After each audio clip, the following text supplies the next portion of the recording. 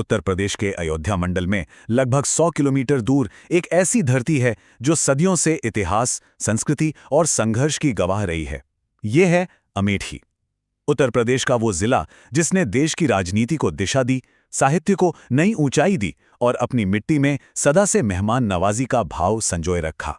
आज के इस विश्लेषण में हम सुर्खियों से परे जाकर अमेठी की इसी अद्भुत कहानी को समझेंगे। आज की इस चर्चा के मुख्य पड़ाव कुछ इस तरह होंगे। शुरुआत करेंगे अमेठी की ऐतिहासिक जड़ों और साहित्य से, फिर बात होगी यहाँ की अवधी संस्कृति और मिट्टी की महक की। इसके बाद शिल्प, कृषि और आस्था के उन स्तंभों को देखेंगे जिन पर यह टिका है। राष्ट्रीय राजनीति में इसकी भूमिका पर भी नजर डालेंगे और आखिर में बात करेंगे विकास की उस नई राह की जिस पर अमेठी आज चल पड़ा है। तो चलिए सबसे पहले बात करते हैं पहले हिस्से की, ऐतिहासिक जड़ें और साहित्य, यानी सूर्यवंश की महान विरासत। अमेठी का इतिहास सीधे रामचंद्र जी के सूर्यवंश से जुड़ता है। प्राचीन काल में कुशवाहा वंश के राजा सातदेव ने इस राज्य की स्थापना की थी और तब से ही ये भूमि वीरता का प्रतीक बन गई। 16वीं शताब्दी की बात करें तो राजा बसंत शाह का शासन और यहाँ के ऐतिहासिक किलों की दीवारें मानो आज भी अतीत की गाथाएं सुनाती हैं। और दिलचस्प बात यह है कि ब्रिटिश काल में भी अमेठी ने अपनी एक अलग विशिष्ट क्षेत्रीय पहचान पूरी मजबूती से बनाए रखी। इस लंबी यात्रा के बाद एक अहम पड़ाव आया 1 जुलाई 2010 को।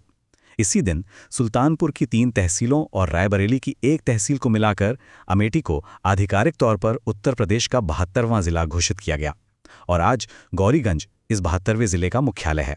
साहित्य की बात करें तो अमेठी का नाम बहुत अदब से लिया जाता है। यहीं के जायस नगर में महान सूफी संत और कवि मलिक मोहम्मद जायसी का जन्म हुआ था। उन्होंने पद्मावत जैसी अमर रचना लिखकर हिंदी साहित्य को हमेशा के लिए अमर कर दिया। जरा सोचिए, उनकी दरगाह आज भी यहाँ मौजूद है और हमेशा श्रद्धालुओं से भरी रहती है। अब बढ़ते हैं दूसरे हिस्से की तरफ, मिट्टी की महक, अवधी संस्कृति, जो यहाँ के समुदाय की असली धड़कन है। अमेठी की असली पहचान उसकी जुबान में बसती है और वो है अवधी। बिल्कुल वही प्राचीन और मधुर भाषा जिसमें तुलसीदास जी ने रामचरितमानस रची थी। यहाँ के लोग सीधे कैसे हो नहीं पूछते। उनके पूछने का एक अपना ही गर्मजोशी भरा अंदाज है। का हाल चाल बा? ये सिर्फ शब्दों का खेल नहीं है, ये वो मिठास है जो यहाँ की मिट्टी में घुली है। और इस मिठास को गहराई से समझने के लिए एक शब्द जानना बहुत जरूरी है, लिहाज, यानी आदर और एक प्यारा सा संकोच। यहाँ का जीवन पूरी तरह से सामुदायिक है। गांवों में सब एक दूसरे के सुख दुख में बिना बुलाए शरीक होते हैं।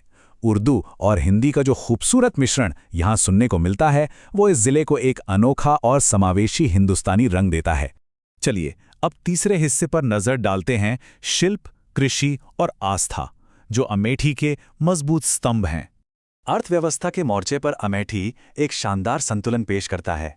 एक तरफ है यहाँ की अनमोल शिल्पकला, यहाँ की कालीन बुनाई और पीतल के बर्तन तो देश विदेश तक मशहूर हैं, जिन्होंने हजारों हाथों को रोजगार दिया है।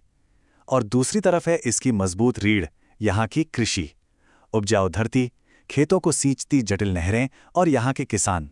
एक नया और दिलचस्प बदलाव ये है कि अब यहाँ कृषि पर्यटन पर भी काफ़ी जोर दिया जा रहा है, जिससे लोग सीधे खेतों और किसानों से जुड़ रहे हैं। खेतों और कारखानों की इस हलचल के बीच यहाँ अगाध आस्था के भी बड़े केंद्र हैं जो मन को असीम शांति देते हैं, जैसे माधोपुर गांव का गढ़ा माफी धाम। यहाँ भगवान हनुमान की विशाल प्रतिमा है और हर मंगलवार को यहाँ श्रद्धालुओं का भारी हुजूम उमड़ता है। इसके अलावा है नंदमहार धाम, एक बेहद शांत और पावन जगह जिसे भगवान श्री कृष्ण के बाल सखा सुदामा जी की जन्मभूमि से जुड़ा हुआ माना जाता है। अब हम आ गए हैं चौथे हिस्से पर, राष्ट्रीय राजनीति का केंद्र जिसने अमेठी को एक वैश्विक पहचान दी। राजनीतिक पटल पर अमेठी की पहचान किसी से छुपी नहीं है। दशकों तक इस संसदीय सीट ने देश की राजनीति की दिशा तय की है। संजय गांधी, राजीव गांधी और राहुल गांधी जैसे प्रमुख नेताओं ने यहां से लोकसभा का प्रतिनिधित्व किया। राजनीतिक विचार चाहे जो भी हों, एक निष्पक्ष तथ्य ये है कि दशकों तक यह सीट देश की राजनीति का सबसे चर्चित नाम रही और राष्ट्रीय विमर्श के बिल्कुल केंद्र में रही। और अब हमारे आखिरी हिस्से की बारी, विकास की नई राह, जहां भविष्य की इबारत लिखी जा रही है। आज का अमेठी बहुत तेजी से बदल रहा है। ये सिर्फ अपने अतीत पर निर्भर नहीं है, बल्कि नई अर्थव्यवस्था की तरफ मजबूत कदम बढ़ा रहा है। यहाँ सड़कों का एक बड़ा और नया जाल बिछाया जा रहा है, नए और आधुनिक उद्योग स्थापित हो रहे हैं।